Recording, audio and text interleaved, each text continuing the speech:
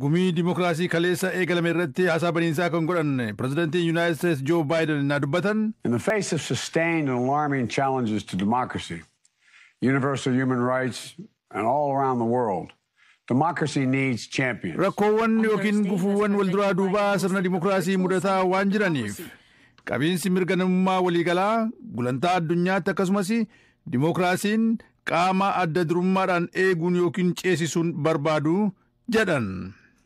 Kaleessa eegalee Pireezidaant Biden gumii dimookiraasii karaa marsariitiin keessummeessaniin mata duree dimookiraasii haaromsuu jedhu jalatti biyyoota 100 ol walitti qabanii mari'achiisaniiru. Kanneen maree kanarratti hirmaatan keessaa muummee ministeera Niwuziilaand Jasindaa Ardern tokko turan.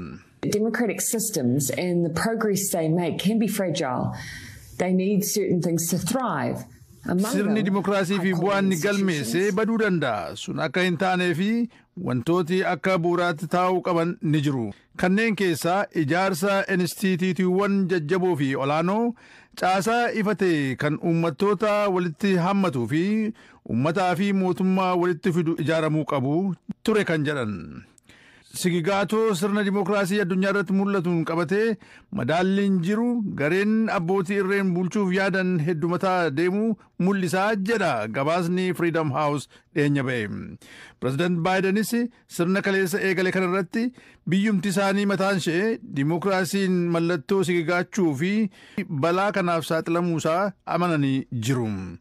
Gumiin dimookiraasii kun har'a kan xumuramu yoo ta'u yeroo waggaa tokko keessatti hirmaattoti kun qaamaan wal arganii mari'achuuf karoorfataniiru.